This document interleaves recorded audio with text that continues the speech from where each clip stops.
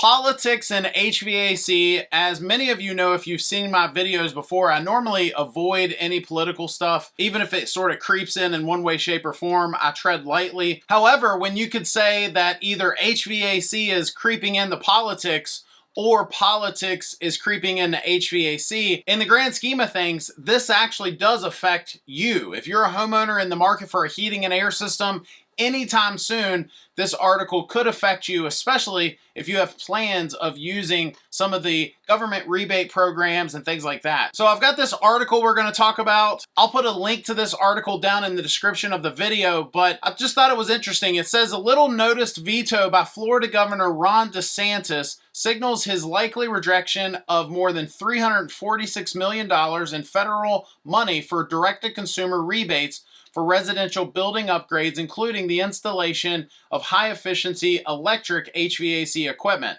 And I think more specifically, what this article is referencing is the Inflation Reduction Act and a lot of the money that came with that. So I know a lot of you have commented on our videos, have even emailed us, asking us questions. Maybe you've asked your local HVAC techs.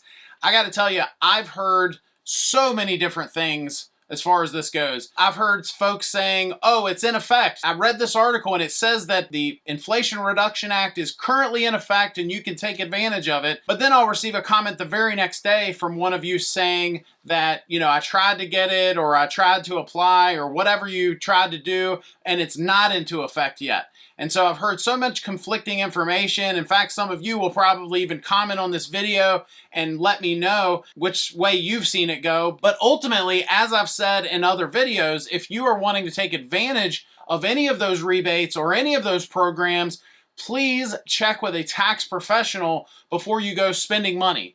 Before you spend money on a heating and air system only to find out that one little thing is wrong, or maybe it isn't in effect the way you thought it was.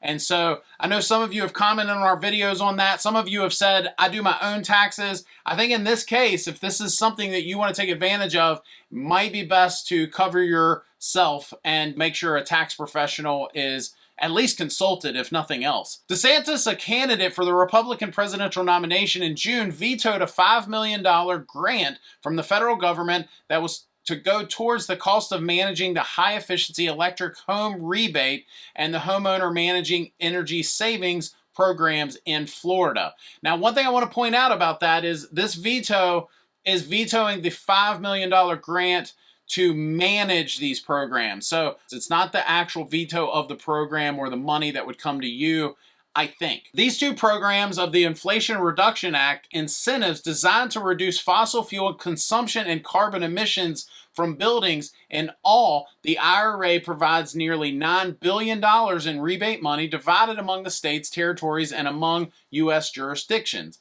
for qualified home energy saving and electrification retrofits. In a reply, Jeremy Redfern, who is the press secretary for DeSantis, did not answer specific questions about the veto or the rebate money, saying only, quote, the governor reviews every bill and appropriation that comes across his desk and uses his authority under the Florida Constitution to veto bills that he believes are bad public policy.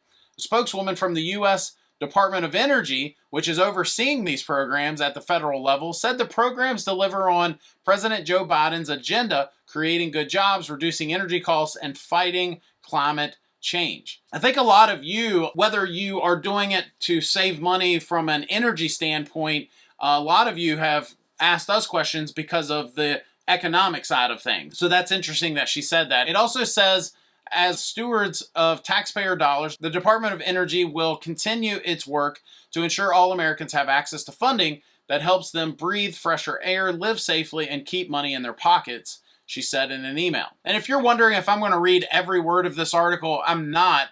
But I do have a few more things I want to point out. It says the IRA rebate money allocated to Florida totals $346 million and some change. The state could apply for the money, and the DOE said even after DeSantis' rejection of the $5 million grant for administrative costs. So that's what I was talking about. This veto for the $5 million grant was for the administrative costs, not for the program itself necessarily. Asked several times whether that option is being considered, Redfern did not answer. If ultimately turned down, the rebate money slated for Florida could be divided among the other states and jurisdictions. One thing to point out is Florida is not the only Republican state that is going to be looking at doing things like this. This article does dive a little deeper into this. In summary, I'll just say that when this program was enacted, that the Republican Party received no votes for it to go into place. So I think that this is in response to that. I don't think it's necessarily where one side or the other says, oh, well, we don't want to help consumers or whatever.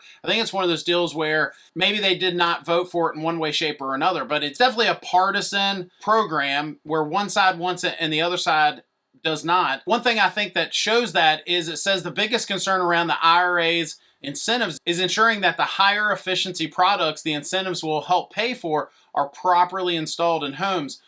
Where they're not, he said, the intended energy and carbon emission savings won't be achieved, and the demand on the electrical grid could increase. So what he's basically saying there is these systems that are, say, a 20 SEER system, if not installed properly, which we see all the time, folks think they're getting a 20 SEER system, and at the end of the day, because of things being not installed properly, ductwork not sized properly, and a number of other things, they're really only getting, say, 11 SEER or 12 SEER out of a 20 SEER system. And the other thing that they pointed out here is when you start to move all these folks from, say, gas burning appliances to the electrical grid to heat and cool homes, especially heat, right? If the electrical grid can't handle this extra load, then that's obviously a problem. The last thing this article touches on is the programs themselves. We've done other videos on that. Check those videos out. If you're wondering about the Inflation Reduction Act, if you're wondering about some of these more specific programs that are part of that,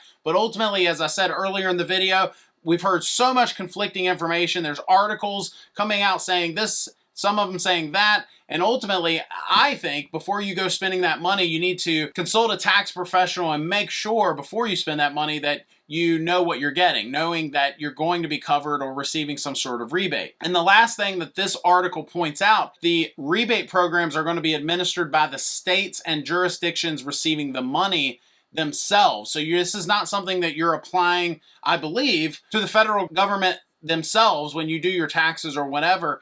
It's something through the state.